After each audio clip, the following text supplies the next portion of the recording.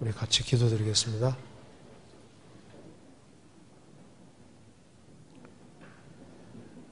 자비로우신 우리 아버지 하나님, 오늘도 저희들을 한자리에 불러 모아 주신 것을 감사합니다.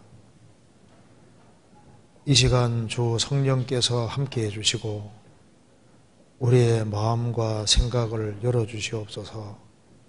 그리고 하나님의 말씀을 바르게 깨달아 알 수 있도록 도와주시고 또 말씀 가운데 살아갈 수 있는 힘과 지혜를 더욱 허락해 주옵소서. 역사의 마지막 시대를 살아가는 저희들에게 믿을 수 있는 증거로 성경을 주시고 또 하나님 말씀대로 역사가 이루어지는 것을 볼 수 있게 해주신 것을 감사합니다. 우리의 마음을 더욱 일깨워 주시고 주님께서 맡기신 일을 잘 감당할 수 있도록 도와주시옵소서. 특별히 소원교회 식구들 중에 병중에 있는 분이 있습니다. 주님께서 그 병에서 회복시켜 주시고 건강한 몸으로 주님의 복음과 영광을 위해 살 수 있도록 길을 열어주시고 도와주시옵소서. 또한 주 안에서 신실한 일꾼들을 많이 일으켜 세워주시고 주님의 복음을 더욱 활발하게 전할 수 있도록 역사해 주옵소서. 또 해외 선교하는 선교사님들 가정마다 또 주님께서 지켜주시고 도와주시옵소서. 오늘 이 시간 우리에게 필요한 말씀을 주시고 살아계신 하나님의 말씀으로 우리 마음에 교훈해 주시옵소서. 또 주 성령님의 도우심으로 이 말씀들이 영혼 깊이 새겨지도록 역사해 주옵소서. 주 예수 그리스도 이름으로 기도하옵나이다. 아멘. 우리 성경 시편 72편 찾겠습니다.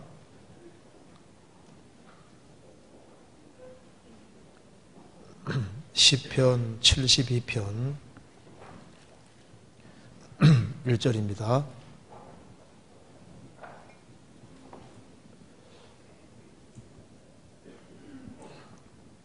제가 몇 군데를 읽겠습니다. 시편 72편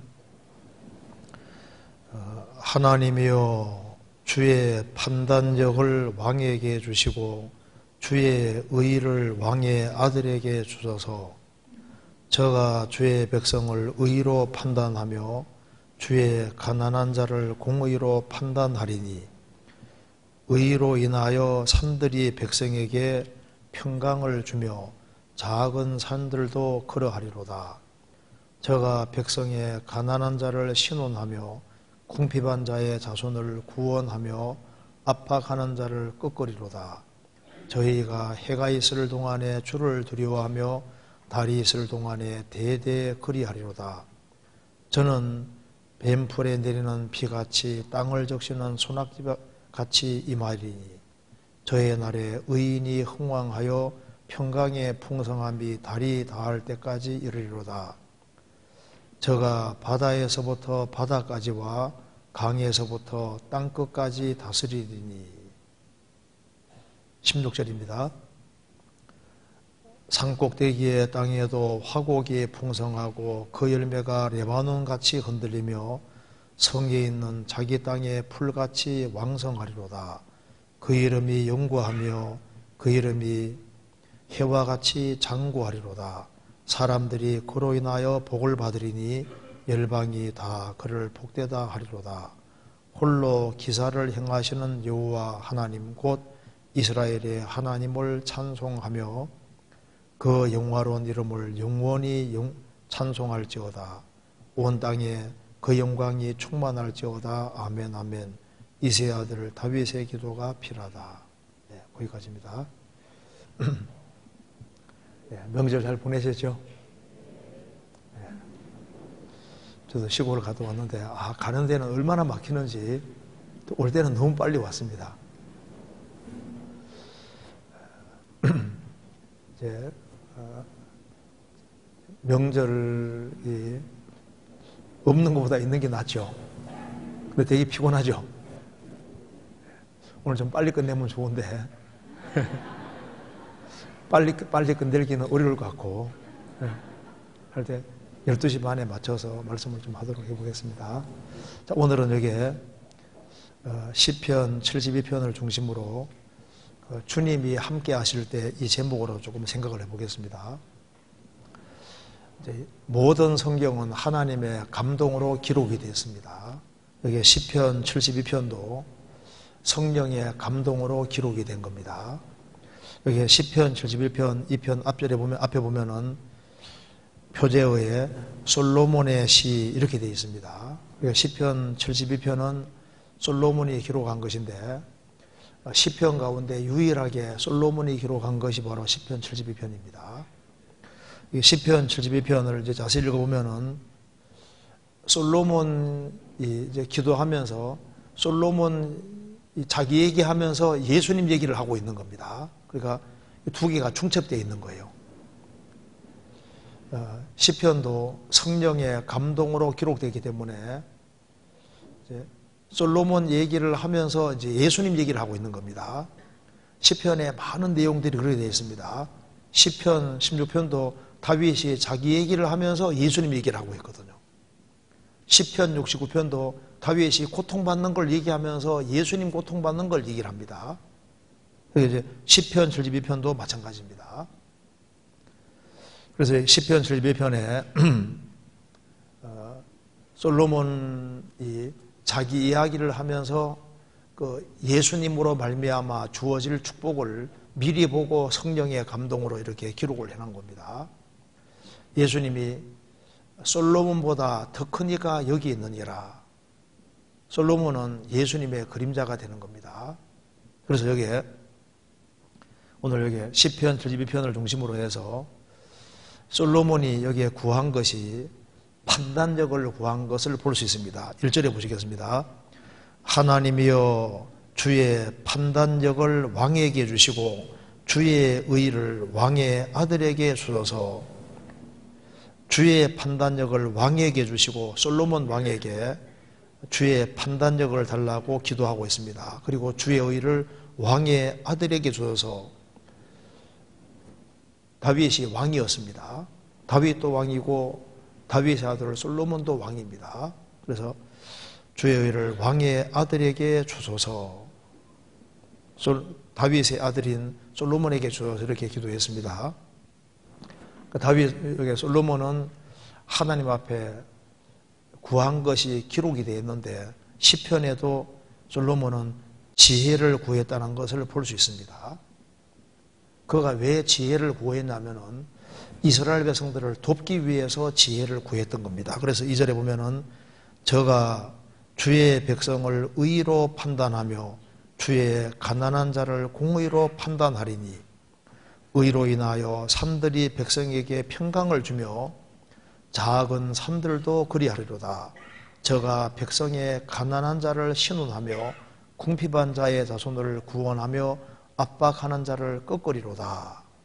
그래서 솔로몬은 지혜를 구했고 그 당대 정말 실학이 있었습니다. 기쁨이 있었고 그래서 솔로몬 당시에 은이 돌처럼 많았다고 성경 기록하고 있습니다. 이스라엘 백성들은 잔치 속에 살았던 겁니다. 왜냐하면 솔로몬이 그 하나님의 지혜로 다스렸기 때문에 거기에 평강이 있고 안식이라는 것이 있었던 겁니다.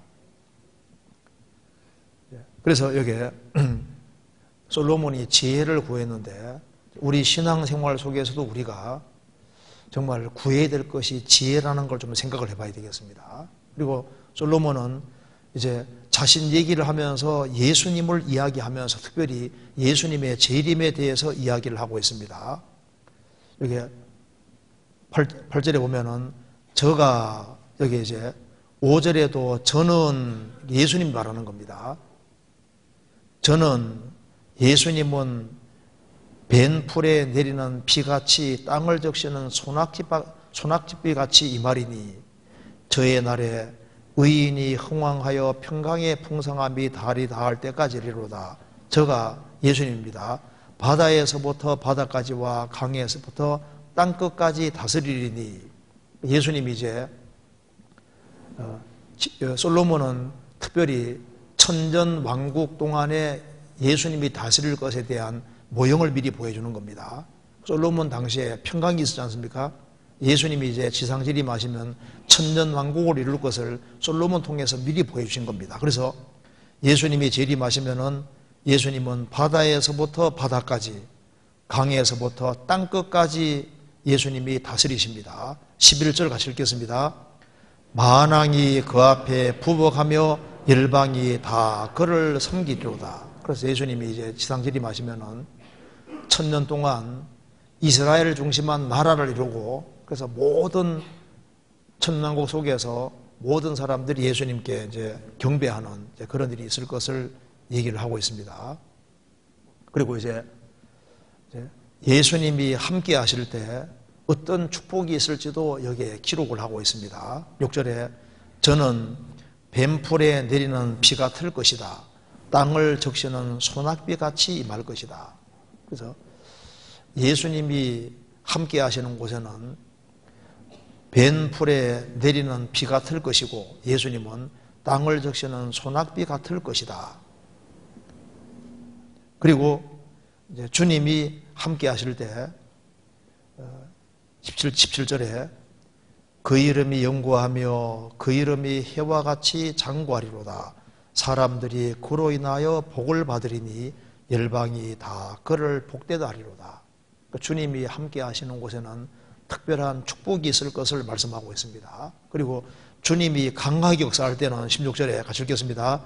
산꼭대기의 땅에도 화곡이 풍성하고 그 열매가 레바논같이 흔들리며 성에 있는 자기 땅에 풀같이 왕성하리로다. 원래 산꼭대기의 땅에는 곡식이 없습니다. 그런데 주님이 특별히 역사하실 때는 산꼭대기의 땅에도 곡식이 풍성할 것이다. 그 열매가 레바논같이 흔들릴 것이다. 그리고 성에 있는 자가 땅의 풀같이 왕성하리로다. 그 특별한 축복이 있을 걸 말씀하셨습니다. 18절에도 홀로 기사를 행하시는 여호와 하나님, 주님이 함께 하시는 곳에는 특별히 하나님이 기이하고 놀라운 일을 행하시는 겁니다. 그래서 그 이름이 영구하며 그 이름이 해와 같이 장구하리로다. 예수님 이름은 영원하신 이름이기 때문에 그 주님의 축복을 받는 사람, 주님과 연결된 사람도 똑같이 이름이 장구한 이름이 되고 영원한 이름이 되는 겁니다. 여기에 시편 72편은 중첩이 되어 있습니다. 솔로몬 얘기하면서 예수님을 이야기하고 있습니다. 그리고 예수님으로 말미암아 주어진 축복이 자세하게 기록되어 있으니까 이걸 한번 같이 생각을 해보겠습니다. 시편 72편 1절입니다. 하나님이여 주의 판단력을 왕에게 주시고 주의 의를 왕의 아들에게 주셔서. 솔로몬은 사실 하나를 구한 겁니다. 하나를. 주님께서 꿈에 솔로몬에게 나타나셨습니다. 자, 너가 구하는 걸 내가 줄 테니까 구해보라고 했습니다. 그때 그는 부귀, 장수 이런 걸 구한 것이 아니라 하나님의 그 지혜를 구했습니다. 그래서 시편에도 솔로몬이 지혜 구한 것이 기록되어 있지 않습니까? 열왕기상 3장, 열왕기상 3장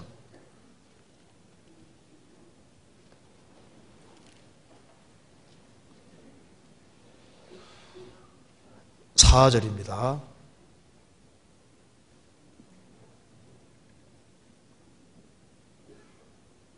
(515페이지) 이에 왕이 제사하러 기브온으로 가니 거기는 산당이 큼이라.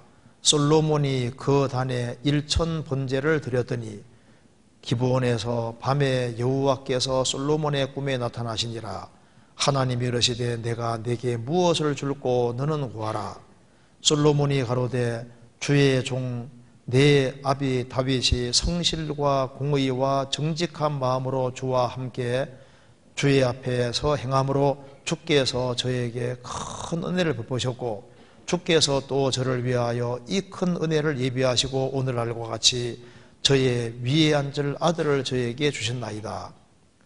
나의 하나님 여호와여, 주께서 종으로 종의 아비 다윗을 대신하여 왕이 되게 하셨사오나 종은 작은 아이라 출입할 줄을 알지 못하고 주의 빼신 백성 가운데 있나이다. 저희는 큰 백성이라 수요가 많아서 셀 수도 없고 기록할 수도 없사오니 누가 주의 이 많은 백성을 재판할 수 있사오리까? 지혜로운 마음을 종에게 주사 주의 백성을 재판하여 선악을 분별하게 하옵소서.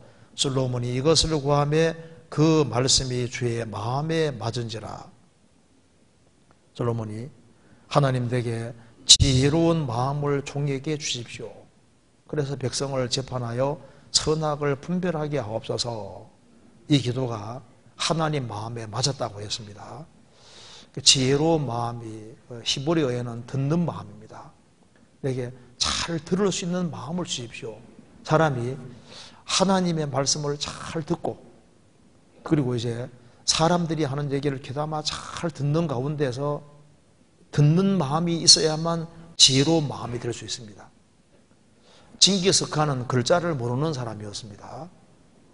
근데 그가 정말 지혜롭게 나라를 다스렸는데 그 이유는 징기스칸은 경청을 잘했습니다. 경청. 아주 그 천한 사람이 얘기해도 귀를 기울여 잘 들었습니다. 잘 듣는 사람이 지혜를 줄 수 있는데 하나님의 말씀을 잘 들을 수 있으면 그 사람은 정말 지혜로운 사람이 될 수 있습니다. 솔로몬은 하나님 내게 지혜로운 마음을 주십시오. 잘 들을 수 있는 마음을 주십시오. 자기가 제일 똑똑한 줄 생각하고 그 듣기를 거절하는 사람, 그런 사람은 그 지혜를 얻을 수 없습니다. 자기 고집대로만 하는 사람 보면 나중에 큰 문제가 생기지 않습니까? 솔로몬은 그 지혜를 구했는데 이 구하는 것이 하나님 마음에 맞으셨다. 그리고 하나님께서 솔로몬이 정말 중요한 지혜를 구하니까 그 외에 여러 가지를 다 주신 겁니다. 우리 신앙생활 속에서도 정말 필요한 것이 뭘까요? 이 복잡한 시대에 정말 필요한 것이 지혜입니다. 그래서 야고보서 1장에 말씀하시기를 너희에게 지혜가 부족하거든 모든 사람에게 후히 주시고 꾸짖지 아니하시는 하나님께 구하라. 그리하면 너에게 주시리라. 하나님께 지혜를 구하라고 했습니다. 하나님께 지혜를 구하는 사람, 그 하나님이 지혜를 주셨는데 솔로몬은 어떤 지혜냐면은 사람을 바르게 건지고 세우는 그 지혜를 구했던 겁니다. 그래서 솔로몬 통치기에 정말 이스라엘 땅에 큰 평화가 있고 안식이 있었습니다. 그는 그 지혜가 세상적인 지혜가 아니라 사람을 바르게 건지고 세우는 그 지혜를 구했던 겁니다. 우리 신앙생활 속에서도 하나님이 주시는 지혜가 꼭 필요합니다. 그런데 우리가 지혜를 어디서 얻을 수 있을까요? 골로새서 2장 3절에는 말씀하기를 그 안에는 예수님 안에는 지혜와 지식의 모든 보화가 감추어 있느니라. 그리스도 밖에 있는 사람은 참된 지혜가 없습니다. 우리가 구원받기 전에 그리스도 밖에 있었습니다. 그런데 그리스도 밖에 있는 사람들이 참 인생에 대해서 얘기하고 이것저것 얘기하는 거 보면요 정말 무식하다는 생각이 많이 듭니다. 답을 모르는 거예요. 강의하는 사람 들어보면 물론 좋은 얘기는 많이 하는데 인생의 근본적인 문제를 풀지를 못하는 겁니다. 그런데 이 그리스도 안에는 모든 지혜가 다 들어있는 겁니다. 그 안에는 지혜와 지식의 모든 보화가 감추어 있느니라. 감추어 있다는 것은 안 찾는 사람에게는 주님이 안 보여주시는 겁니다. 보물 찾듯이 찾고 찾는 사람에게 주님이 하나씩 열어서 보여주시는 거예요. 그래서 참 지혜가 필요한 겁니다. 성경 욥기 28장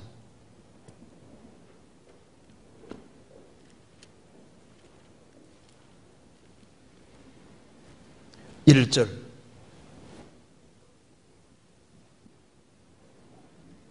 28장 1절입니다. 은은 나는 광이 있고 연단하는 금은 나는 곳이 있으며 철은 흙에서 취하고 동은 돌에서 녹여 얻느니라. 12절, 그러나 지혜는 어디서 얻으며 명철의 곳은 어디인고 그 값을 사람이 알지 못하나니 사람 사는 땅에서 찾을 수 없구나. 은을 구하려면 은이 나는 광으로 가야 됩니다. 연단하는 금도 나는 곳이 있습니다.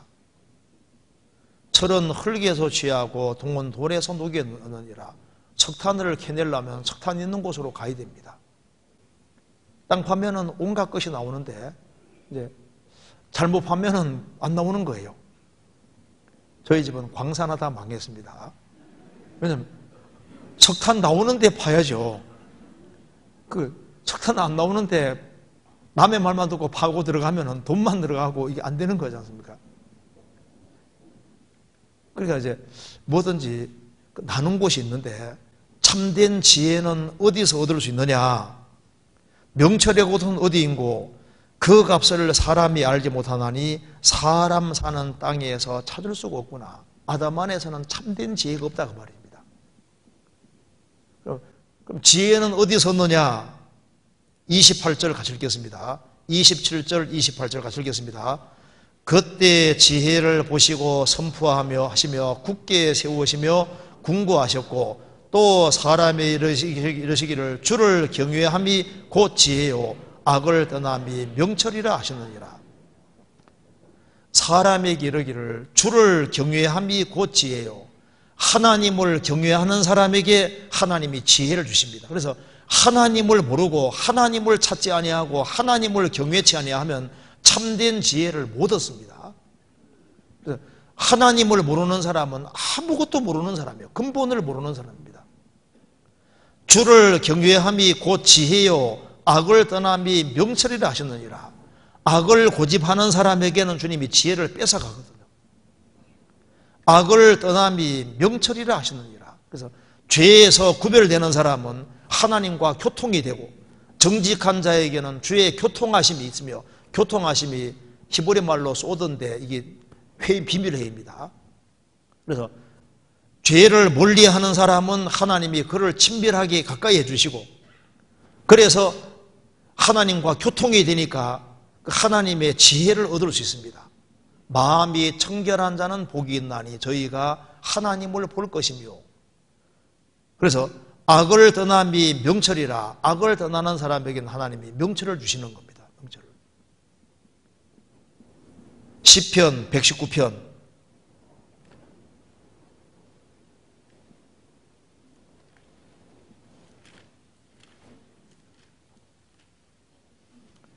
97절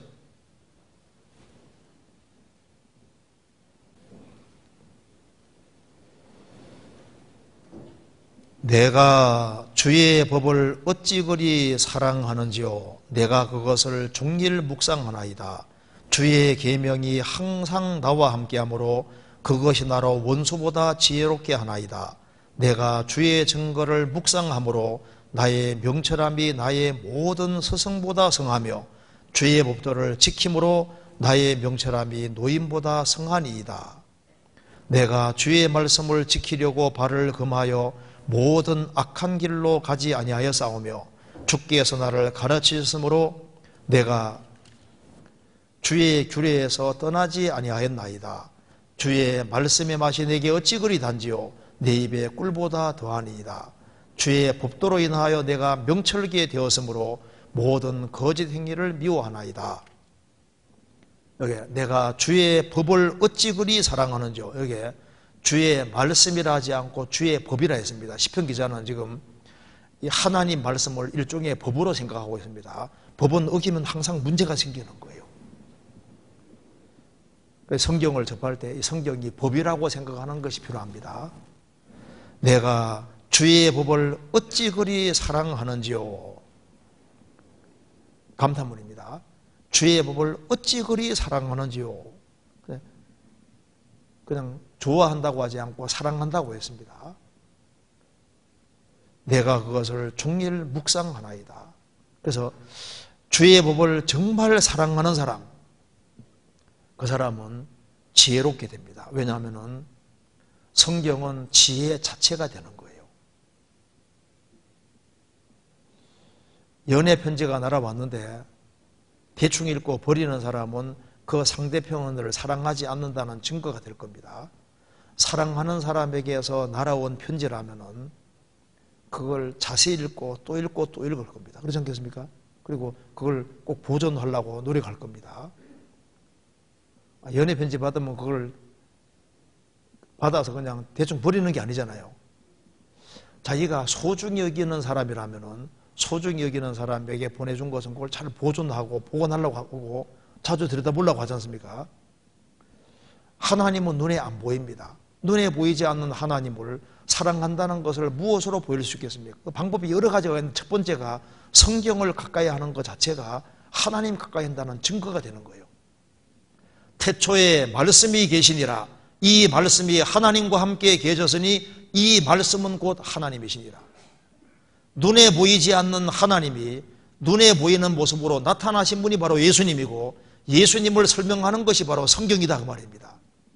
그래서 주님을 사랑하는 사람은 틀림없이 성경을 가까이 하는 사람이 되는 겁니다. 그래서 성경을 정말 가까이 한다는 것은 주님을 사랑한다는 분명한 증거가 되는 겁니다. 내가 주의 법을 어찌 그리 사랑하는지요. 내가 그것을 종일 묵상하나이다. 주의 계명이 항상 나와 함께하므로 그것이 나로 원수보다 지혜롭게 하나이다. 우리 주변에 원수가 얼마나 많이 있는데요. 원수보다 지혜롭게 되려면 성경을 정말 가까이 해야 됩니다. 내가 주의 증거를 묵상함으로 나의 명철함이 나의 모든 스승보다 성하며 주의 법도를 지킴으로 나의 명철함이 노인보다 성하니이다. 노인보다 모든 스승보다 훨씬 지혜로울 수 있는 길이 있습니다. 그게 바로 성경을 가까이 하는 겁니다. 성경은 사람을 지혜롭게 합니다. 왜? 정답이니까. 6,000살 먹은 사람이 쓴 책이 있고 기억력 감퇴가 없이 완전한 지혜를 기억력을 가진 사람이 쓴 책이 있다면 그건 반드시 소유하고 읽어봐야 될 거 아니에요. 성경은 영원부터 영원까지 계신 바로 그분이 내려주신 책입니다. 너희는 여호와의 책을 자세히 읽어봐라. 성경은 여호와의 책인 거예요. 그래서 초등학교 1학년 학생이 전도실장을 노인들 앞에 온다면 뭐라 할까요? 노인들이 야, 제가 정답을 얘기하고 있다. 전도자가 가로되 헛되고 헛되며 헛되고 헛되니 모든 것이 헛되도다. 사람이 해 아래에서 수고하는 모든 수고가 자기에게 무엇이 유익한고? 어떻게 알았지? 성경을 부지런히 읽고 외우면 정말 지혜롭게 됩니다. 왜? 정답이니까, 정답. 우리 어제 시골에 갔다가 이제 초등학교 2학년 학생이 다른 사람 인생 상담해 주는 그 과거에 프로가 있었더라고요. 와, 얼마나 그 답을 지혜롭게 아는 초등학교 2학년생인데 깜짝 놀랐습니다. 나이가 어릴지라도 성경의 지혜를 가지고 있으면 정답을 얘기해 줄 수 있는 거예요. 그래서 우리가 생을 살아가는 가운데 인생을 실패하지 않고 정말 지혜롭게 살려면 말씀 가운데 잘 걸어가는 것이 그게 가장 지혜로운 길이 되는 겁니다. 솔로몬은 지혜 구했는데 이게 하나님 마음에 맞습니다. 우리도 이 세상에서 정말 구해야 될 것이 하나님 말씀을 정말 바르게 익힐 수 있도록 하나님, 내가 하나님 말씀을 하나하나를 정말 바르게 익힐 수 있도록 도와달라고 하고 그리고 성경을 철저하게 바르게 익히려고 하면은 그 말씀 붙잡는 것이 하나님 붙잡는 겁니다. 그 옛날에 사울 왕이 하나님 말씀을 버렸습니다. 내가 하나님 말씀을 버렸으므로 나도 너를 버린다고 했습니다. 내가 인내의 말씀을 지켰은 적 또한 내가 너를 지켜. 그러니까 말씀 지키는 붙잡는 사람이 하나님 붙잡는 사람이 되는 것이고, 명백한 말씀을 버리는 사람은 하나님 버리는 사람이 되는 거예요. 훈계를 굳게 잡으라. 이것이 내 생명이니라. 성경 말씀을 붙잡고 물고 늘어지는 그것이 하나님 붙잡고 물고 늘어지는 거예요. 야곱이라는 사람이 창세기 32장에 야복강에서 주님하고 씨름하지 않습니까? 내게 축복하지 아니하면 가지 않게 하겠습니다. 그 물고 늘어졌습니다. 그 축복을 받았잖아요. 우리가 하나님 말씀을 굳게 붙잡는 이것이 축복을 받는 길이 되는 겁니다. 예수님은 솔로몬보다 더 큰 이가 여기 있느니라 이렇게 말씀하셨습니다. 성경 열왕기상 4장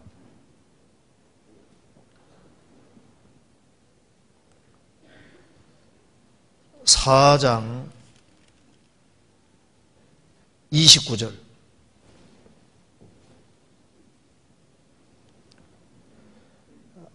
하나님이 솔로몬에게 지혜와 총명을 심히 많이 주시고 또 넓은 마음을 주시되 바닷가에 모래같이 하시니 솔로몬의 지혜가 동양 모든 사람의 지혜와 애굽의 모든 지혜보다 뛰어난지라. 저는 모든 사람보다 지혜로워서 예스라 사람 에단과 마홀의 아들 헤만과 갈골과 다르다보다 나음으로 그 이름이 사방 모든 나라에 들렸더라.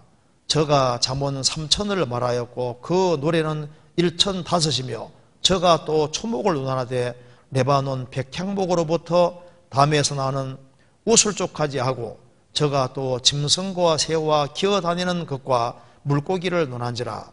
모든 민족 중에서 솔로몬의 지혜로운 지혜의 소문을 들은 천하 모든 왕 중에서 그 지혜를 들으러 왔더라. 누가복음 11장 31절에 예수님 말씀하셨습니다. 심판때에 남방여왕이 일어나 이 세대 사람을 정죄하리니 이는 그가 솔로몬의 지혜로운 말을 들으러 그 땅끝에서 왔음이니와 솔로몬보다 더 큰 이가 여기 있으며, 예수님은 솔로몬보다 더 큰 이가 있습니다라고 했습니다. 솔로몬과 예수님 비교하는 것은 촛불과 태양 비교하는 만큼 어리석은 겁니다. 그런데 솔로몬을 통해서 주님이 어떤 분인지를 보여주고 있는 거예요. 자, 솔로몬 당시에 솔로몬을 가까이 하는 사람은 지혜롭게 될 수 있었습니다. 그러면 주님은 더 크신 분이니까 주님을 가까이 하는 사람은 정말 지혜를 얻을 수 있는 겁니다. 솔로몬은 지혜를 얻었는데, 솔로몬은 지혜를 주님께로부터 얻었는데 주님은 지혜 자체가 되신 분이잖아요. 하나님이 솔로몬에게 지혜와 총명을 심히 많이 주시고 또 넓은 마음을 주시되, 솔로몬은 많은 지혜를 가지고 있습니다. 그런데 솔로몬은 지혜가 많은데 예수님은 무한한 지혜를 가지신 분이잖아요. 솔로몬은 또 넓은 마음을 주시되, 솔로몬은 마음이 넓었습니다. 나라 통치하려면 마음이 커야 되잖아요. 예수님 마음이 클까요? 솔로몬 마음이 클까요? 예수님 마음이 훨씬 크죠. 그리고 주님은 마음이 훨씬 크신 분입니다. 우리 마음보다 크시고 모든 것을 아시는 하나님이가 뭐냐? 하나님은 우리 마음보다 훨씬 크십니다. 그래서 수고하고 무거운 짐진 자들아 다 내게로 오라. 내가 너희를 쉬게 하리라. 수고하고 무거운 짐진 자들은 다 오라고. 다 내가 너희를 쉬게 하리라. 십자가 앞에 죽어가던 강도도 십자가 위에서 구원받았습니다. 나 같은 인간은 죄가 많아서 구원받기에 틀렸다 그렇지 않습니다. 주님 마음은 심히 넓고 주님은 너무나도 자비로우신 분이기 때문에 정말 주님께 나와서 긍휼과 자비를 구하는 사람은 구원해 주십니다. 왜냐하면 주님은 마음이 넓습니다. 솔로몬은 마음이 넓고 아주 큰 안목을 가지고 있습니다. 우리 주님은 훨씬 더 큰 마음과 넓은 안목을 가지고 있습니다. 솔로몬은 마음이 컸습니다. 그래서 그는 마음도 크고 스케일이 굉장히 큰 사람인데, 우리 주님은 그보다 훨씬 큰 사람인 거예요. 솔로몬은 성전 짓는데 7년, 자기 궁전 짓는데 13년, 총 20년 동안 건축했습니다. 주님은 십자가에 죽으시고 부활하신 이후에 지금 2000년 동안 교회를 건축하고 있습니다. 솔로몬보다 더 큰 이가 여기 있느니라. 근데 여기에 29절에 4장 29절에 하나님이 솔로몬에게 지혜와 총명을 심히 많이 주시고 또 넓은 마음을 주시되 바닷가의 모래같이 하시니, 마음이 넓은데 바닷가 모래 같았다고 했습니다. 어떤 분은 참 마음은 한없이 넓은데, 굉장히 넓은데 마음은 바닷가 모래 같지 않습니다. 바닷가 모래는 얼마나 작아요. 그러니까 솔로몬은 마음이 아주 크고 넓은 동시에 마음이 바닷가 모래 같다는 거 뭘 말하냐면 세세하게 다 아는 것을 말하는 겁니다. 세세하게. 그래서 솔로몬은 최고의 지혜를 부여받았기 때문에 아마 자기가 접촉하는 사람들을 다 기억을 했던 것 같아요. 뭐 일단 들었다면 항상 다 기억하는 아주 특별한 물이었던 것 같습니다. 자, 주님은 모든 것을 다 하시는 분입니다. 그러니까 주님은 세심하게 다 하시기 때문에 누가 교회에 왔는지, 누가 슬픔을 겪고 있는지 솔로몬도 속마음은 몰랐거든요. 솔로몬은 여로보암이 참 좋은 사람이라고 생각했습니다. 나중에 그 사람이 사고 치는 사람인데 몰랐던 거예요. 그 지혜롭게 행하는 걸 봤는데 속은 몰랐거든요. 주님은 다 아시잖아요. 주님은 소자에게 냉수 한 그릇 떠준 것도 다 알고 있습니다. 그래서 솔로몬은 보면 만물 박사입니다. 33절에 저가 또 초목을 논하되 레바논 백향목으로부터 담에서 나눈 우슬초까지 하고 또 짐승과 새와 기어다니는 것과 물고기를 논하지라. 짐승과 초목 전체를 다 논했습니다. 우리 주님은 산의 구석구석까지 시편 50편에 산의 새들도 나의 아는 것이며, 주님은 오늘 참새 몇 마리 떨어지는지 머리카락 몇 개 떨어지는지 이거 싹 알잖아요. 그러니까 엄청난 지혜를 가지신 분이 배후에 계시는 겁니다. 솔로몬은 기껏 왕으로 통치한 것이 40년인데 예수님은 영원한 왕으로 통치하고 있습니다. 솔로몬은 이스라엘을 다스렸는데 주님은 전 우주를 다 다스리고 계시고 금세와 내세 사망금부의 키도 가지고 계시고 복음의 키도 주님이 가지고 계십니다. 그래서 이 당시에 솔로몬의 통치를 받는다는 것은 정말 축복이었는데 주님의 통치를 받는다는 것은 훨씬 더 놀라운 거예요. 지금 두 나라가 싸우고 있는데 우리가 하나님 나라 안에 들어왔다는 건 축복 중에 축복인 거예요. 솔로몬 당시에 이스라엘 백성들이 굉장히 많았습니다. 아담 때부터 세상 끝날 때까지 소수지만은 구원받은 사람 다 모아놓으면 엄청 많습니다. 그래서 계시록 7장에 아무나도 셀 수 없는 엄청난 무리가 저 천국에 서게 되는 거예요. 솔로몬에게 시바 여왕이, 에디오피아 시바 여왕이 찾아왔을 때 대답하지 못한 것이 하나도 없었습니다. 우리 주님은 모든 것에 대한 완벽한 해답을 다 갖고 있는 거예요. 이 당시에 솔로몬 왕을 아련하고 보는 것은 얼마나 그 영광스러운 겁니까? 우리는 잠시 후에 주님 모시는 그날 얼굴과 얼굴을 대해서 주님을 보게 되는 겁니다. 그런데 참 이게 안타까운 것은 솔로몬보다 더 큰 이가 여기 있다고 예수님이 말씀하셨는데 예수님의 가치를 사람들이 몰라보는 거예요. 예수님 당대 유대인들도 예수님의 가치를 몰라봤습니다. 예수님의 값을 얼마나 친지 아십니까? 매 안식일마다 성경 배우는 유대 종교가들이 예수님의 값을 정해줬는데 은 30입니다. 성경 찾아보겠습니다. 여기 마태복음 26장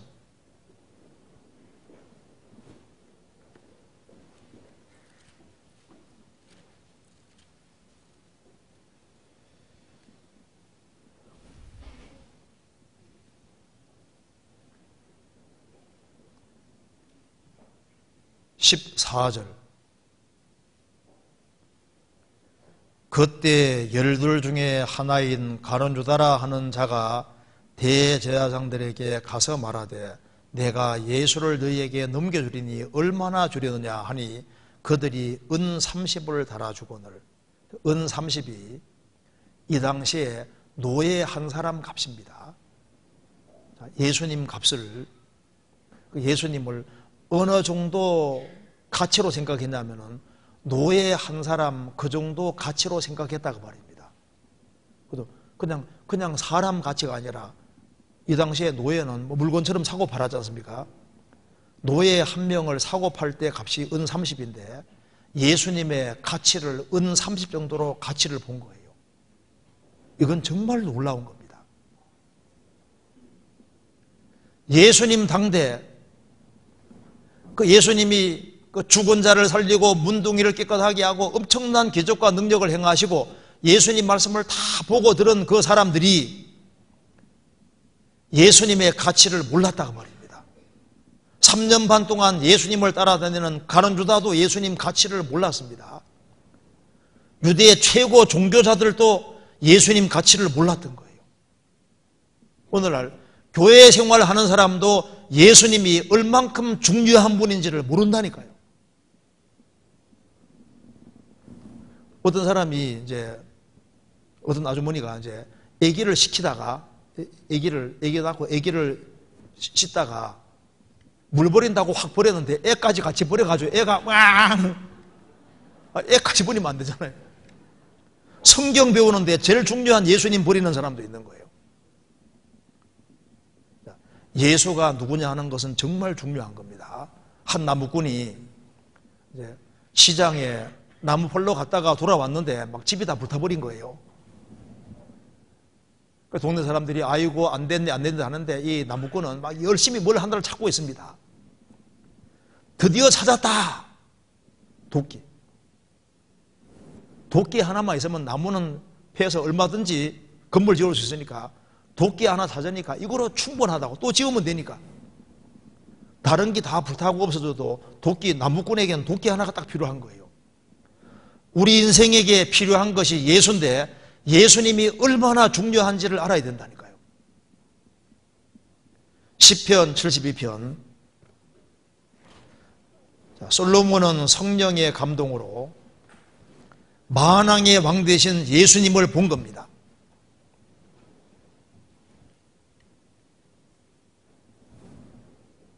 6절. 저는 뱀풀에 내리는 비같이 땅을 적시는 소나기같이 이 말이니. 8절. 저가 바다에서부터 바다까지와 강에서부터 땅끝까지 다스리리니. 11절. 만왕이 그 앞에 부복하며 열방이 다 그를 섬기리로다. 이게 무슨 말이냐면 솔로몬이 이스라엘 민족을 통치한 이것이 바로 예수님이 지상 재림하시면은 1000년 동안 왕도로 할 것을 미리 보여주신 거예요. 이제 예수님이 세상에 오셔서 33년 생애는 이제 선지자 생애고 십자가에 죽으시고 부활 성천하셔서 재림할 때까지 2000년은 제사장 일을 하고 있습니다. 재림하시면 왕으로 오시는 거예요. 왕으로 실제로 오셔서 1000년 동안 정말 왕노릇을 하십니다. 시편 2편 찾겠습니다.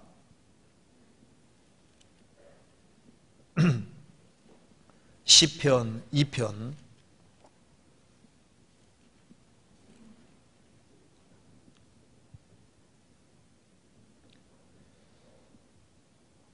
(5절) 그때 분을 바라며 진노하사 저희를 놀래어 이르시기를 내가 나의 왕을 내 거룩한 산 시온에 세웠다 하시리로다. 이제 지구상에 죄가 꽉 차면 주님께서 그때 분을 바라며 진노하사 7년 혼란이 하나님이 진노 내리는 자리입니다. 저희를 놀래어 이르시기를. 앞으로 예수님이 재림하실 때 얼마나 사람들이 충격받고 놀라겠습니까? 놀래 이르시기를 내가 나의 왕을 내 거룩한 산 시온에 세웠다. 예수님이 만왕의 왕으로서 재림하실 때 9절에 내가 철장으로 저희를 깨뜨리며 질그릇같이 부수리라 하시도다. 예수님이 지상재림하시면은 질그릇을 부수는 것처럼 전 세계를 완전히 정복하고 영광스러운 나라 세우시는 겁니다. 시편 110편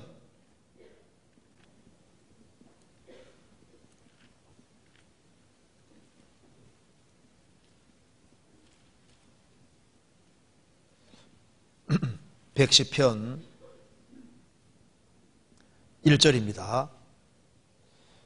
여호와께서 내 주에게 말씀하시기를 내가 내 원수로 내 발등상 되게 하기까지 너는 내 우편에 앉으라 하셨도다. 이 말씀대로 예수님이 이스라엘 땅에 오셔서 십자가에 죽으시고 부활하셔서 하나님 보좌 우편에 지금 앉으셨습니다.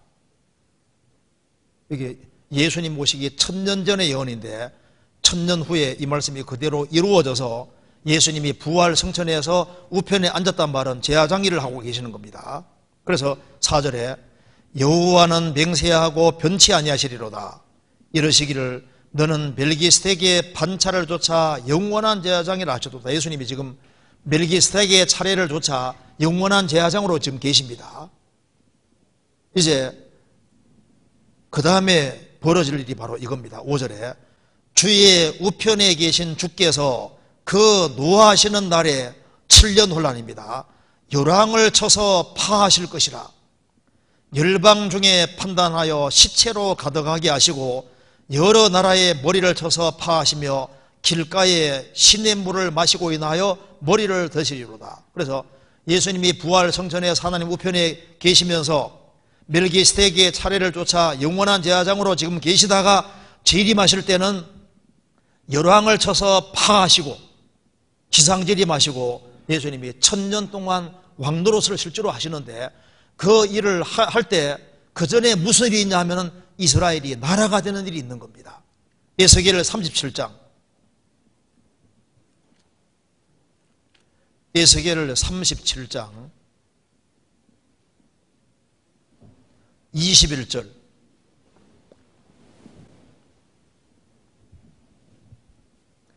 (37장 21절) 그들에게 이르기를 주 여호와의 말씀에 내가 이스라엘 자손을 그 간바 열국에서 취하며 그 사면에서 모아서 그 고토로 돌아가게 하고 그 땅 이스라엘 모든 산의 서들로 한 나라를 이루어서 한 임금이 모두 다스리게 하리니 그들이 다시는 두 민족이 되지 아니하며 두 나라로 나누지 아니할지라.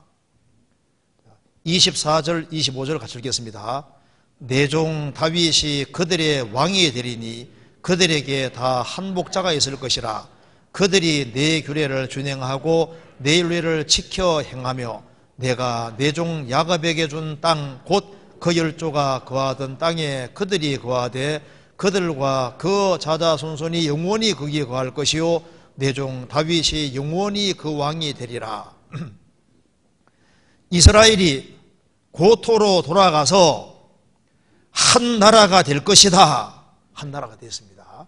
그리고 한 임금이 다스리는데 이 한 임금이 누구냐 하면 바로 예수님인데 24절에 내 종 다윗이 그들의 왕이 될 것이다. 이게 무슨 말이냐면 다윗의 위를 잇는 예수님이 왕이 된다는 말씀입니다.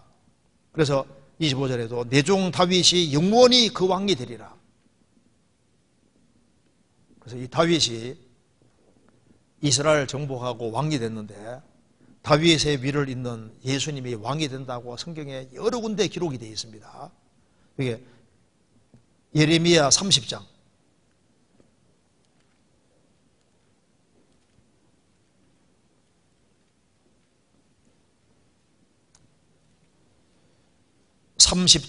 7절입니다.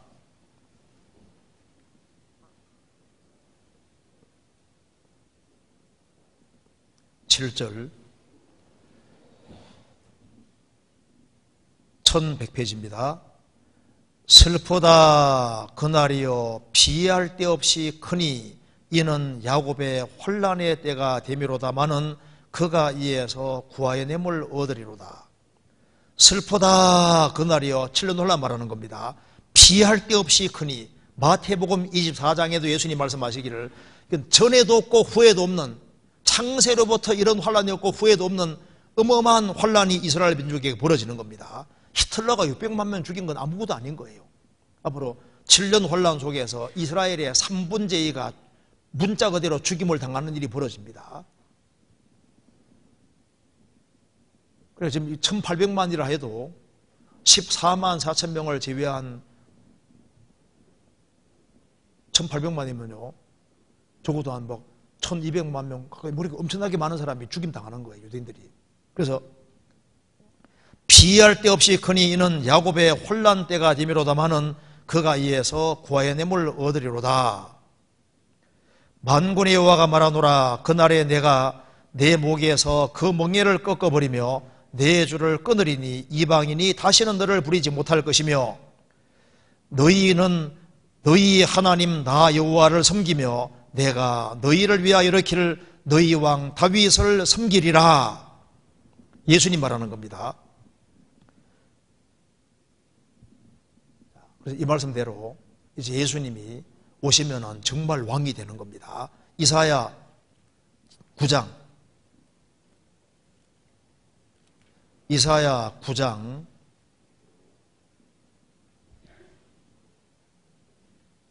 6절 7절은 같이 읽겠습니다. 6절 7절 같이 읽겠습니다.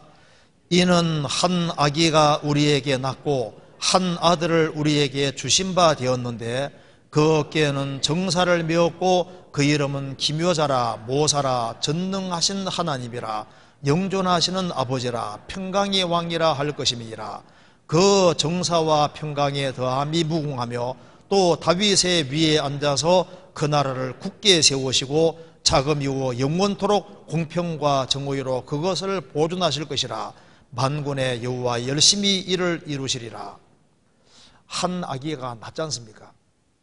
예수님 모시기 700년 전에 예언했는데 700년 후에 예수님이 처녀 태빌려 나셨고 여기에 초림과 재림이 섞여 있습니다. 예수님이 2000년 전에 정말 오셨지 않습니까? 그것처럼 예수님이 이제 지상재림하실 때 그 정사와 평강에 더함이 무궁하며 또 다윗의 위에 앉아서 그 나라를 굳게 세우고 자금이고 영원토록 공평과 정의로 그것을 보존하실 것이다. 누가복음 1장에도 예수님이 다윗의 위에 앉는다고 했습니다. 그러니까 봐요. 예수님이 이제 천년 왕국을 이루시기 전에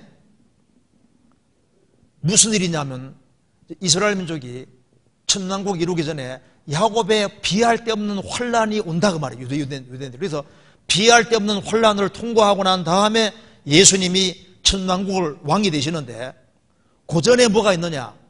이스라엘이 고토로 돌아와서 나라가 되고 예수님이 왕이 되게 되어 있는데 이스라엘이 지금 나라가 된 지 지금 만 70년이 지나 71년 돼 가지 않습니까? 우리는 정말 놀라운 시대에 삽니다. 이스라엘이 나라가 되고 예수님이 오신다고 되어 있잖아요. 그래서 예수님이 이제 오시면은 천 동안 왕도로 살 때 아담에게 내렸던 저주를 정말 푸시니까 세상이 이렇게 바뀝니다. 이사야 11장 6절입니다.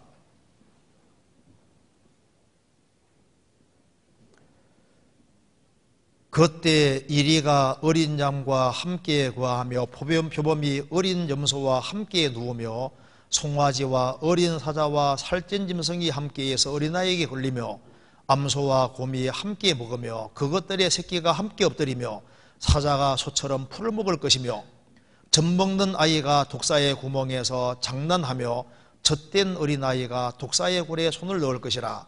나의 거룩한 산 모든 곳에서 해됨도 없고 상함도 없을 것이니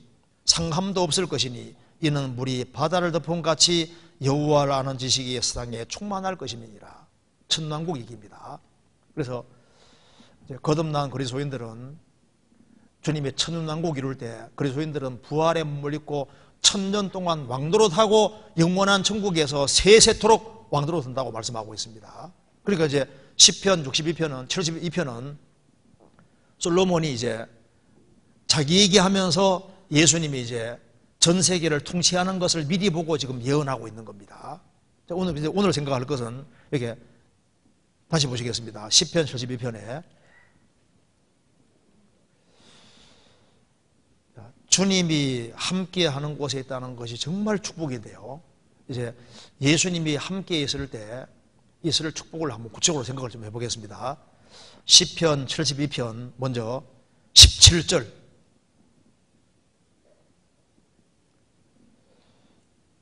그 이름, 여기에 예수님 말씀하고 있는 겁니다. 6절에 저도 예수님, 7절에도 저의 날에 그 예수님 말하고, 8절도 예수님, 11절에 다 그를 섬기려 다 예수님 말하고 있는 겁니다. 그래서 그 이름이 그 예수님 이름 말하는 겁니다.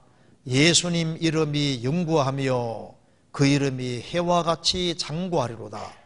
사람들이 그로 인하여 복을 받으리니 열방이 다 그를 복되다 하리로다. 그 이름, 예수님 이름이 영구하며, 예수님 이름은 이미 구약에도 약속이 되어 있습니다. 이사야 49장에도 예수님 이름이 미리 약속이 되어 있고 태어나기도 전에 이름을 예수라 하라고 말씀했습니다. 그 이름이 영구하며, 그러죠.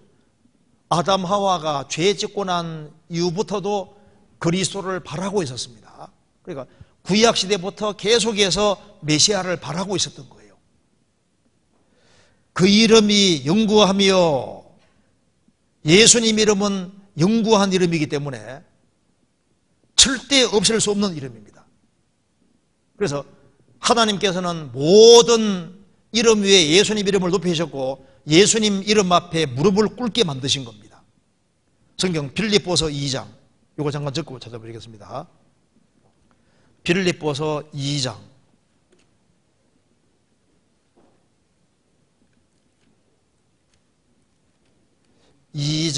9절.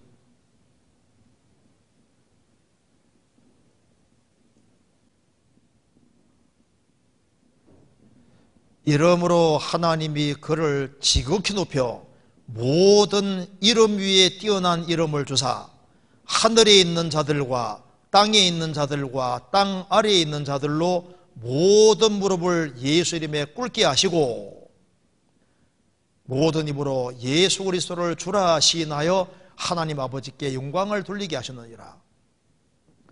모든 이름 위에 뛰어난 이름이 바로 예수입니다. 제일 뛰어나고 영광스러운 이름 예수입니다. 하늘에 있는 자는 지금 하나님 앞에 가 있는 사람들, 땅에 있는 자들은 지금 땅에 살고 있는 사람들, 땅 아래에 있는 자들은 지금 음부에 가 있는 사람들입니다. 모든 무릎을 예수님에 꿇게 하시고, 구원 안 받은 사람도 예수님은 심판주기 때문에 무릎을 꿇게 되어 있습니다.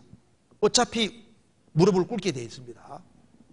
가장 뛰어난 이름 예수입니다. 에베소서 1장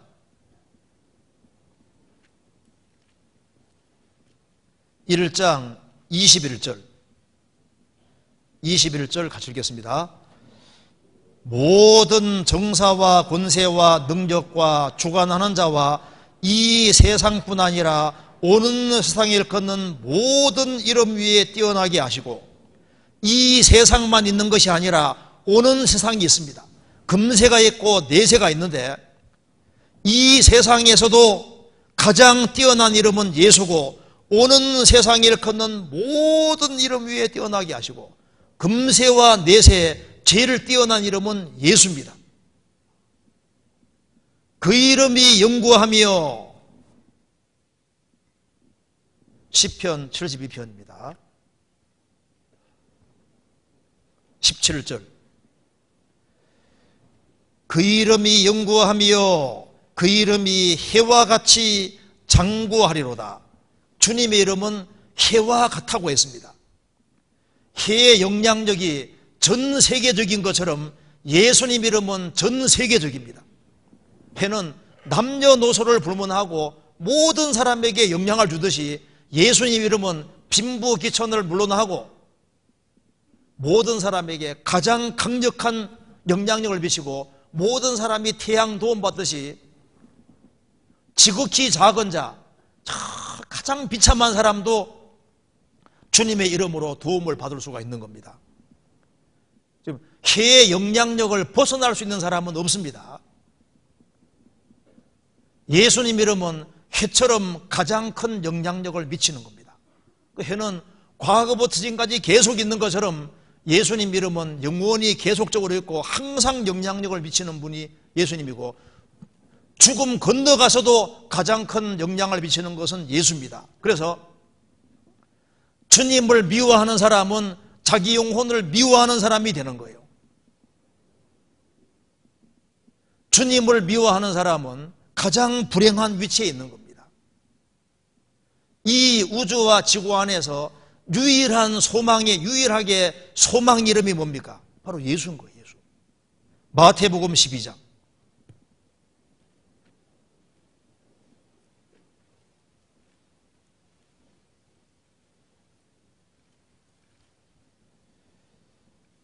(12장) 21절 같이 읽겠습니다. 또한 이방들이 그 이름을 바라리라 함을 이루려 하심이니라. 또한 이방들이 예수님 이름을 바라리라. 왜? 그 이름은 소망의 이름이거든. 예수님 이름을 힘입어서 죄사함을 얻고, 예수님 이름만큼 향기 나는 이름이 없습니다. 이름을 예수로 하라. 마태복음 1장에 말한 대로 예수란 이름은 뜻이 우리를 죄에서 구원할 자라는 뜻입니다. 또 한 가지 이름은 임마누엘. 이사야 7장에 이름이 임마누엘이라는데, 임마누엘은 하나님이 함께 하시다는 뜻이고, 이사야 9장 6절에는 임마누엘을 더 풀어서 얘기했습니다. 그 이름은, 임마누엘 풀면은 그 이름은 기묘자라, 모사라, 전능하신 하나님이라, 영존하시는 아버지라, 평강의 왕이라 할 것입니다. 임마누엘, 주님이 함께하는 곳에는 무슨 일이 벌어집니까? 임마누엘 풀면은 기묘자라, 주님이 함께하는 곳에는 예수님이 얼마나 놀라운 분인지를 깨닫게 해주시는 겁니다. 주님이 함께하는 곳에는 주님이 자신이 지혜자라는 걸 드러내십니다.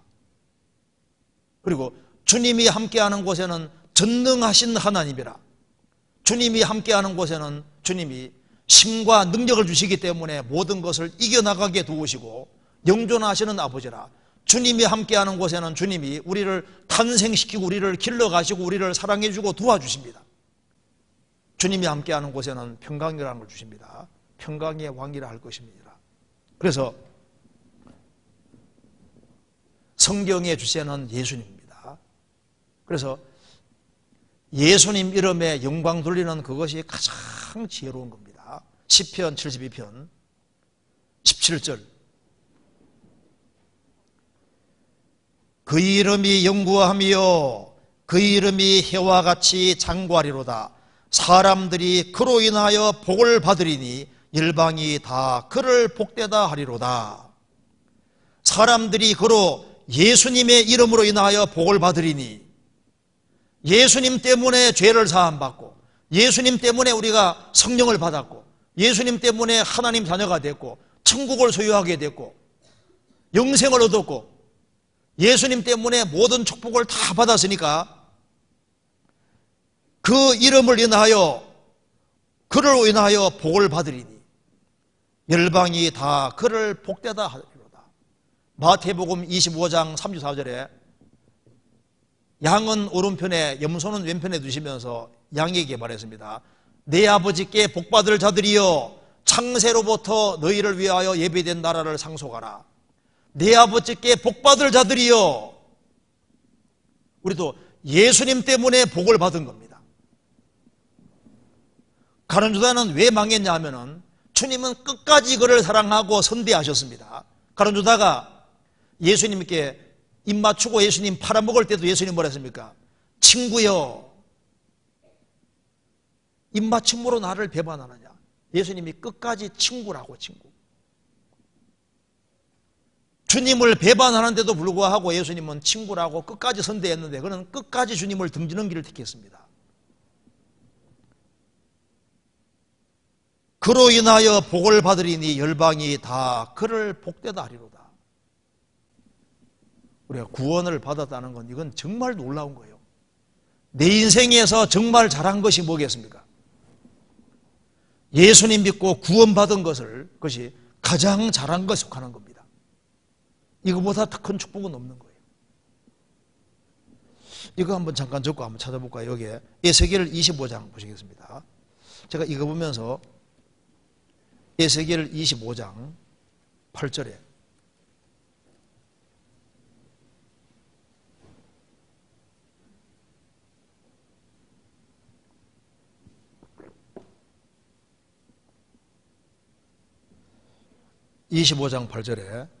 나 주 여호와가 말하노라 모압과 세일이 이르기를 유다 족속은 모든 이방과 일반이라 하도다. 틀린 얘기라고 주님 말하는 겁니다. 아니 모압과 세일 사람이 유다 족속과 모압과 세일 사람들이 유다 족속은 모든 일반과 이방인과 똑같아. 이스라엘은 곧 죽어도 이스라엘입니다. 하나님의 선민입니다. 달라요. 그것처럼 에이 뭐 그리스도인들이 세상 사람과 별거 차이 있냐? 천만의 말씀입니다. 그리스도인이 된 것과 아닌 거하고 차이 없는 것처럼 보이죠. 회사 나가도 뭐 평범해 보이고 학교 생활에 똑같이 보이는데 뭐 니나 니나 쌤쌤이다 똑같다 생각하는데 천만의 말씀입니다. 예수님을 알고 모르고 하는 차이는 하늘과 땅 차이인데 일단 죽음 건너가면은 영원한 차이로 나게 돼 있는 거예요. 노아 방주 안에 들어간 것과 들어가지 않은 것은 차이 없는 것처럼 보여도 홍수 나니까 완전히 차이 나잖아요. 이게 예수님을 알고 모르는 차이가 천국과 지옥 차이고 영생과 영벌 차이고 이건 영원한 차이인 거예요. 조금 차이가 아니고 이건 뭐 상상할 수 없는 차이입니다. 일반이 아닙니다. 집안 식구 한 사람이 죽음 건너갈 때 구원을 받고 안 받고가 조금 차이입니까? 구원 안 받았으면 마음에 절대 위로가 안 되거든요. 구원 받았으면요 얼마나 그 마음에 위로가 되고 감사가 되고 다릅니다. 그래서 여기에 다시 보시겠습니다. 시편 72편에 그래서 주님이 함께 하시는 곳에는 특별한 축복이라는 것이 있는데요. 그 축복 중에 첫 번째가 구원의 축복입니다. 또 한 가지는 여기 시편 72편 1절 하나님이여 주의 판단력을 왕에게 주시고 주의 의를 왕의 아들에게 주소서. 주님이 함께하는 곳에는 뭐가 있냐 하면은 첫째 틀림없이 하나님이 주시는 신령한 축복들이 있고 특별한 지혜가 있는 거예요. 그래서 우리가 신령한 지혜를 어디서 배우냐 하면은 주님이 함께하는 곳에서 지혜를 배웁니다. 하나님은 교회를 통해서 정말 지혜를 주시는 거예요. 성경 고린도전서 1장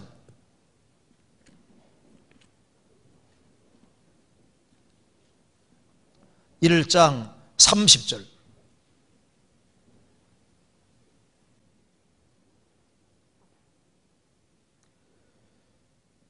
너희는 하나님께로부터 나서 그리스도 예수 안에 있고 예수는 하나님께로서 나와서 우리에게 지혜와 의로움과 거룩함과 구속함이 되셨으니 너희는 하나님께로부터 나서 그리스도 예수 안에 있고 우리는 그리스도 밖에 있다가 안에 들어왔습니다. 예수님은 하나님께로부터 나와서 예수님이 우리에게 지혜가 되어주셨고 예수님은 우리의 지혜고 예수님 때문에 우리가 의롭게 됐고 예수님 때문에 우리가 거룩하게 됐고 예수님 때문에 우리가 죄가 구속이 됐고 나중에 몸까지 구속됩니다.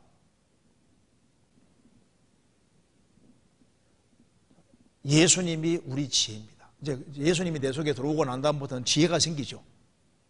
참 신기하게도 지혜가 생깁니다. 먼저 성경이 좀 이해되기 시작하잖아요. 찬송가가 이해가 됩니다. 그리고 구원받은 사람 간증하는 거 들으면 내가 깨달은 거하고 똑같네 이해가 되기 시작하잖아요. 깨달음이 생기고 분별력이 생기고 좀 놀랍게도 인생의 가치관이 딱 바르게 됩니다. 금세뿐 아니라 내세가 있구나. 영원을 위해 살아야 되겠구나. 이게 이제 제정신 딱 들어오는 거예요. 그리고 하나님께서 교회를 통해서 하나님이 각종 지혜를 알게 해주시는 겁니다. 그래서 이제 주님이 함께하는 곳에는 구원의 지혜가 있고 성장하는 지혜가 생기고 전도하는 지혜, 일상생활 속에서 주님이 계속 지혜를 주시는 거예요. 주님은 지혜가 지게 되시기 때문에 주님이 함께하는 곳에 있는 사람은 지혜를 정말 얻습니다. 잠언 2장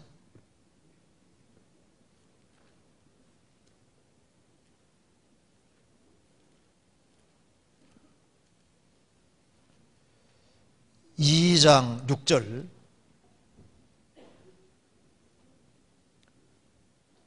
대저 여호와는 지혜를 주시며 지식과 명철을 그 입에서 내심이며 그는 정직한 자를 위하여 완전한 지혜를 예비하시며 행실이 온전한 자에게 방패가 되시나니 대저 그는 공평의 길을 보호하시며 그 성도들의 길을 보존하려 하심이라.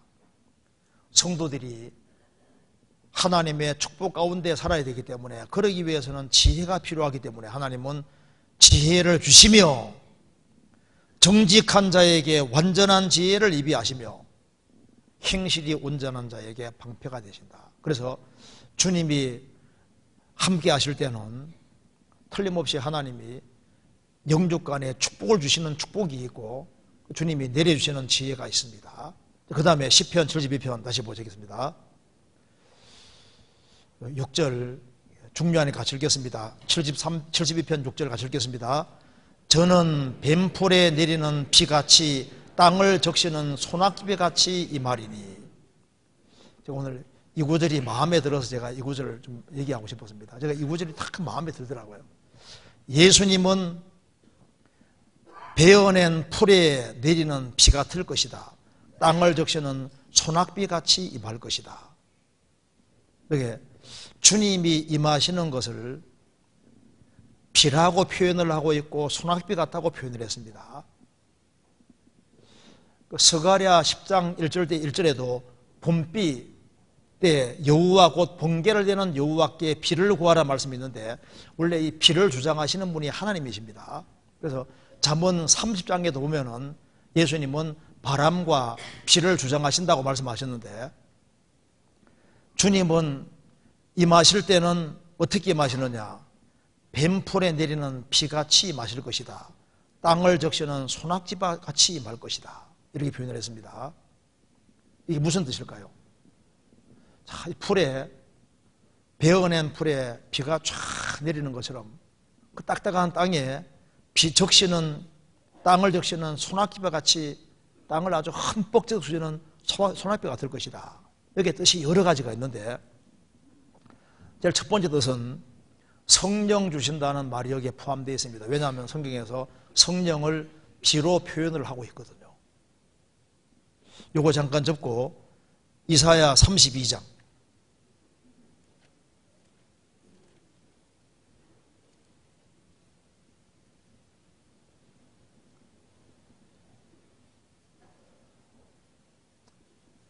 32장 5절에 어리석은 자란 말이 나와 있고 7절에 괴율한 자리 나와 있고 8절에는 고명한 자란 말이 나와 있는데 8절에 고명한 자는 고명한 일을 도모하리니 그는 항상 고명한 일에 서리라. 그럼 여기 어리석은 자, 거짓이 많은 자하고 대비해서 고명한 자가 나와 있는데 어떻게 해서 고명한 자가 되느냐? 그 키가 그 뒤에 나와 있습니다. 15절 같이 읽겠습니다. 필경은 위에서부터 성신을 우리에게 부어주시리니 광야가 아름다운 밭이 되며 아름다운 밭은 살림으로 여기게 되리라. 필경은 위에서부터 성령을 우리에게 부어주시리니 광야가 어떻게 아름다운 밭이 됩니까? 광야가 비를 받으면 아름다운 밭이 되고 아름다운 밭은 살림으로 이기게 되리라. 비를 받으면 광야가 아름다운 밭으로 바뀌는 것처럼 필경 성령을 비처럼 내려주실 때 이 말입니다. 그러니까 여기에 우리는 구원받기 전에 정말 어리석은 자, 괴율한 자, 거짓된 사람이었는데 성령을 받을 때 우리가 고명한 자가 된 겁니다. 정말 우리만큼 고상한 일을 하는 사람이 없습니다. 우리만큼 세상에서 중요한 일을 하는 사람이 없는데 이 모든 것은 성령으로 말미암아 되어진 겁니다. 성령을 여기에 비처럼 표현을 하고 있는데 예수님은 비처럼 임하실 것이다. 저는 뱀풀에 내리는 비 같을 것이다. 땅을 적시는 소낙비 같을 것이다. 그렇죠. 어느 날 성령이 함께 역사하실 때 비가 내리는 것처럼 우리 영혼, 우리가 구원받기 전에 마음이 아주 캉팡하고 딱딱 광야처럼 딱딱했는데 성령이 예수님으로 말미암아 죄를 사함받는 순간에 성령이 비처럼 들어오실 때 그 광야같이 그 메마른 땅 그 자체가 부드럽게 바뀌고 거기에서 싹이 나잖아요. 뱀풀에 내리는 비같이 주님이 함께하는 그곳에는 성령 역사가 있을 것을 말씀하는 겁니다. 그래서 구원받은 무리 속에 주님이 함께 하시기 때문에 그 속에서 하나님의 축복이 있게 되고 구원 받는 것이 축복이고 하나님 말씀이 깨달아져 가는 것이 축복이고 성령 역사를 경험하는 것이 축복입니다. 한번 따라해 보시겠습니다. 주는 영이시니 주의 영이 계신 곳에는 자유함이 있느니라. 우리가 성령이 함께하는 곳에 있으면 같이 비를 흠뻑 맞는 것처럼 수낙비를 흠뻑 맞는 것처럼 성령이 우리 마음속에 광야 같은 우리 마음속에 정말 역사를 하시는 거예요. 또한 비가 타는 표현이 뭐냐면 비는 은혜를 가르치고 있습니다. 시편 84편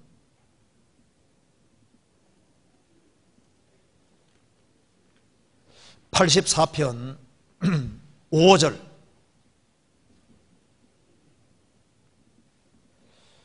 뱀풀에 내리는 비 같고 땅을 적시는 소낙비 같다. 그 뜻이 뭐냐 하면은 여기 5절에 주께 힘을 얻고 그 마음에 시온의 대로가 있는 자는 복이 있나이다.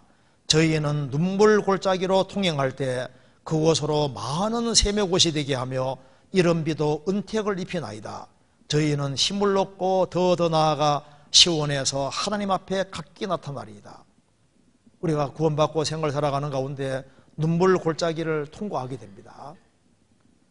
눈물 골짜기, 박하 골짜기, 눈물 골짜기로 통행할 때 그곳으로 많은 샘의 곳이 되게 하며 이른 비도 은택을 입히나이다. 특별히 눈물 골짜기를 통행할 때 거기에서 비를 많이 경험하게 되는데 그 비가 은혜를 가리키는 은혜. 주님이 함께하는 곳에는 틀림없이 주님이 그 사람에게 은혜를 듬뿍 내려주시는데 특별히 언제 은혜를 많이 느끼냐 하면은 눈물 골짜기를 통행할 때 그곳에서 샘이 터지고 이른 비도 은택을 입히나이다. 그 은혜가 내려온다는 겁니다. 그래서 하나님은 모든 은혜의 하나님이십니다. 에베네셀은 하나님이 여기까지 도우셨다. 사무엘이 적을 이기고 난 이후에 돌을 세웠습니다. 하나님이 여기까지 도우셨다. 여기까지 도우셨다는 말은 넘치게 도우셨다는 뜻입니다. 에베네셀을 도움의 돌인데 우리가 이제 과거를 돌이켜보면 주님이 여러 가지로 은혜를 많이 베푸신 걸 알 수 있습니다. 은혜의 하나님. 그래서 비를 내리듯이 우리에게 은혜를 계속적으로 내려주셨던 겁니다. 또한 여기에 비는 또 한 가지 뭘 가르치냐면 말씀을 내려주신다는 뜻입니다. 말씀을. 성경 신명기 32장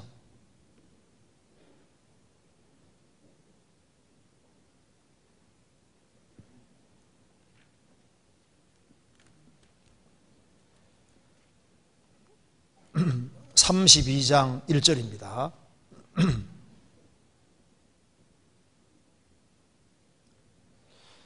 하늘이여 귀를 기울이라. 내가 말하리라. 신명기 32장 1절입니다. 하늘이여 길을 기울이라. 내가 말하리라. 땅은 내 입의 말을 들을지어다. 나의 교훈은 내리는 비요 나의 말은 맺히는 이슬이요 연한 풀 위에 가는 비요 채소 위에 담비로다. 주님의 말씀을 가리켜서 내리는 비요 나의 말은 맺히는 이슬이요 연한 풀 위에 가는 비요 채소 위에 담비로다. 그래서 주님이 함께 하실 때는 말씀을 주님 내려주시는데 사람이 말을 안 들으면 주님께서 말씀을 싸매십니다. 주님이 함께 하시면 말씀을 열어주시는 거예요. 시편 72편 다시 보시겠습니다. 72편에 그래서 주님이 함께 하시는 곳에는 저는 뱀풀에 내리는 비같이 땅을 적시는 소낙비같이 임하실 것이다. 그래서 주님이 함께 하시는 곳에는 성령님이 역사하시고 성령께서 은혜를 내려주시고 말씀을 깨닫게 영혼 속에 깨닫게 도와주시는 겁니다. 그리고 주님이 함께 하시고 크게 역사해 주시면 16절에 산꼭대기 땅에도 화곡이 풍성하며 하고 그 열매가 레바논 같이 흔들리며 성에 있는 자가 땅의 풀같이 왕성하리로다. 주님이 함께 하시면은 여기 열매가 화곡이 풍성할 것이다. 주님이 함께하는 곳에는 반드시 뭐가 있냐면은 열매라는 것이 있습니다. 열매. 그게 특징인 거예요. 어느 사람 말합니다. 우리는 주님 역사하는 교회라는데 사람이 구원을 받는 일이 없는 거예요. 주님이 함께 하시는 곳에는 틀림없이 주님 뭐가 있게 하시냐 하면은 열매가 있게 만들어 가십니다. 열매가. 성경 호세아서 14장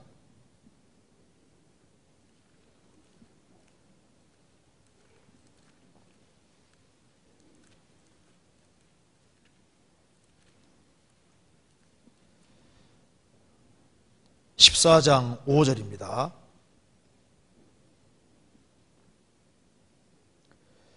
내가 이스라엘에게 이스라엘과 같으리니 저가 백합화같이 피겠고 레바논 백향목같이 뿌리가 박힐 것이라. 그 가지는 퍼지며 그 아름다움은 감람나무와 같고 그 향기는 레바논 백향목 같으리니 그 그늘 아래에 거하는 자가 돌아올지라. 저희는 곡식같이 수성할 것이며 포도나무같이 꽃이 필 것이며 그 향기는 레바논의 포도주같이 되리라. 주님이 이슬과 같은 모습으로 다가오시면은 저는 백합화같이 아름답게 필 것이다. 가시나무가 아니라 백합화 같은 같이 필 것이고 아름다운 인생이 될 것이고 레바논 백향목같이 뿌리가 박힐 것이라. 뿌리 깊은 견고한 인생이 될 것이다. 그 가지는 퍼지며 그 말은 좋은 영향을 미치는 사람이 될 것이고 그 아름다움은 감람나무 같을 것이다. 하나님과 사람에게 영광 돌리는 감람나무란 말씀대로 좋은 영향력을 미치고 하나님과 사람에게 영광 돌리는 그런 사람이 될 것이고 그 향기는 레바논 백향목같이 향기 짙은 인생이 될 것이고 그 그늘 아래에 거하는 자가 돌아올지라. 주님이 구원받을 만한 사람을 연결시켜 주시고 사람들이 오게 만들어 주십니다. 저희는 곡식같이 소성할 것이며 포도나무같이 꽃이 필 것이며. 그래서 돌아오는 사람들이 곡식같이 소성할 것이며 제대로 알곡이 되고 포도나무같이 꽃이 필 것이며 기쁨을 줄 것을 말씀하신 겁니다. 그래서 주님이 역사하시는 곳에는 틀림없이 뭐가 있냐 하면은 결실과 열매가 있는 겁니다. 그래서 너희가 과실을 많이 맺으면 내 아버지께서 영광을 받으실 것이요. 그 말씀대로 화곡이 풍성하실 할 것이다. 그런데 시편 72편 다시 보시겠습니다. 72편에 그런데 여기에 곡식이 풍성한데 16절에 산꼭대기 땅에는 원래 곡식이 안 되는 거예요. 그런데 산꼭대기 땅에도 화곡이 풍성할 것이다. 너무나도 척박한 땅인데 하나님이 크게 역사하시면 거기도 열매가 맺히는 겁니다. 우리 지역교회 가보면요 정말 열악한 곳에 있는데 식구들이 정말 서로 사랑하고 하나가 되고 주님이 함께 역사하시면은 제대로 사람들이 탁탁탁 구원받아 갑니다. 신기해요. 그래서 저도 이제 집회 지방에 좀 다니는데 꼭 큰 교회 간다고 결실이 꼭 많은 건 아니거든요. 조그만 교회 초청받아 갔는데 신기하게도 주님이 막 구원받을 만한 사람을 쫙 연결시켜 놔가지고 얼마나 신나는지요. 집회하면 제대로 구원받고 딱 붙는데, 그러니까 여기에 산꼭대기 땅에도 화곡이 풍성할 것이다. 구역이나 교구도 마찬가지인데 어떤 데는 정말 열악한 구역이고 교구인데 산꼭대기 땅 같은 데인데도 불구하고 제대로 사람들이 다 구원받아 가거든. 주님이 함께 하시고 특별하게 축복해 주시면은 예상치 못한 곳에서 많은 결실들이 생길 수 있을 것을 말씀하시는 겁니다. 산꼭대기 땅에도 곡식이 풍성할 것이다. 그래서 주님께 향하는 마음이 정말 제대로 되어 있으면은 주님이 크게 역사할 수 있는 겁니다. 스가랴 14장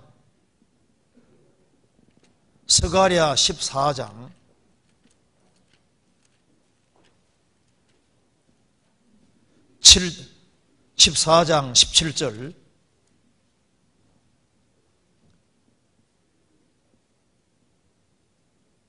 (1326페이지입니다) 이 천년왕국 얘기인데요. 14장 17절 같이 읽겠습니다. 천하 만국 중에 그 왕 만군의 여호와께 숭배하러 예루살렘에 올라오지 아니하는 자에게는 비를 내리지 아니하실 것인즉, 천년왕국에 대한 얘기인데 여기 보면은 만군의 여호와께 천년왕국 동안에 주님이 왕노릇 하실 때 예루살렘에 주님께 숭배하러 오는 자에게는 비를 내리시고 숭배하러 오지 않는 자에게는 징계로 비를 안 내리실 것이다. 그러니까 숭배와 비가 연결되어 있잖아요. 그것처럼 주님을 높이는 곳에는 이게 비가 연결되어 있다는 거예요. 그래서 이스라엘도 주님을 잘 섬길 때에는 주님께서 적절하게 비를 내려주신 것처럼 우리 은혜도 마찬가지입니다. 은혜도 하나님 앞에 마음을 정말 낮추고 하나님의 은혜와 자비를 구하는 사람은 주님께서 은혜를 비처럼 내려주셔서 예상치 못한 것에서 주님이 특별한 축복을 경험하도록 만들어 가시는 거예요. 숭배하는 사람에게는 비가 내립니다. 주님을 정말 경배하고 높이는 사람에게는 주님이 은혜를 내려주시고 성령도 강하게 역사하시고 말씀도 잘 깨닫게 도와주시는 거예요. 시편 72편 18절 홀로 기사를 행하시는 여호와 하나님 곧 이스라엘의 하나님을 찬송하며, 홀로 기사를 행하시는 여호와, 그러죠. 하나님은 살아계시기 때문에 기적과 능력을 행하시는 분입니다. 그래서 주님이 함께하는 곳에서 한 사람이 정말 비참한 죄인이 구원받은 사람이 변화되는 것이야말로 이건 정말 기적 중의 기적인 거예요. 그렇지 않습니까? 한 사람이 구원받고 마음과 생활이 바뀌는 이것이 얼마나 기적입니까? 그리고 이제 17절에 그 이름이 영구하며 그 이름이 해와 같이 장구하리로다.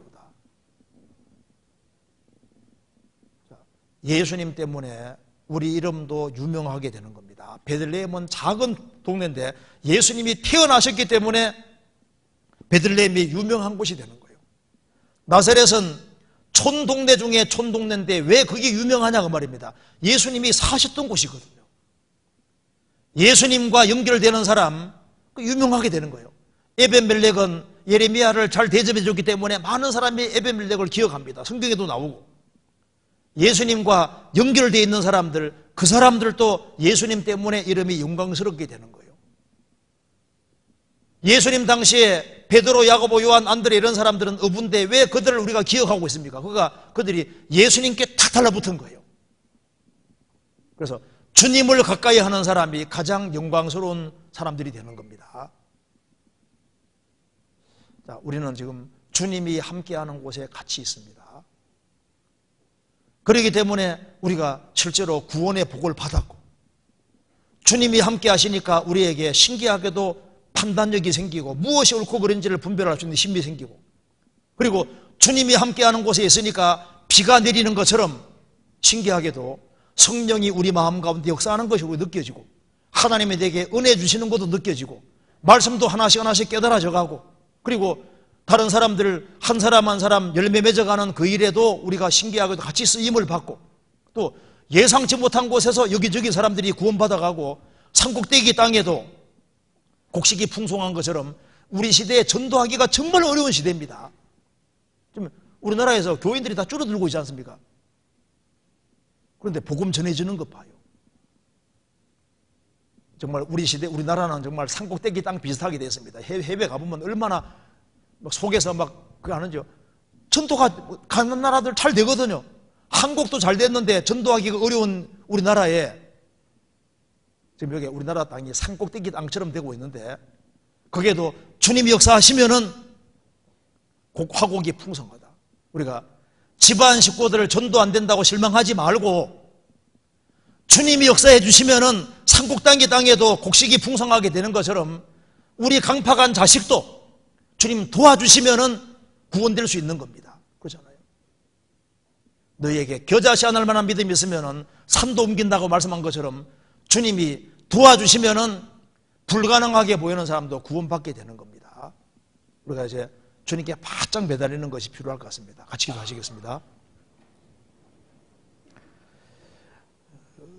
은혜와 사랑이 풍성하신 하나님 아버지, 저희들로 하여금 주 예수 그리스도를 알게 해주신 것을 감사합니다. 저희들 신앙생활 속에서 주님을 더욱 가까이 하고 주님을 의지할 수 있도록 도와주시고, 주님이 우리 마음 가운데 역사하시는 것을 경험하며 생을 살 수 있도록 도와주옵소서. 저희들은 너무나도 연약하고 어리석습니다. 주님께서 도와주시지 아니하시면 저희들은 올바르게 행할 수 없습니다. 특별히 병중에 고통하시는 분들 주님께서 일일이 함께해 주시고 주의 역사와 능력을 나타내 주시고 자비를 베풀어 주옵소서. 오늘 나머지 모든 시간도 도와주시옵소서. 주 예수 그리스도 이름으로 기도하옵나이다. 아멘. 찬송 같이 부르시겠습니다.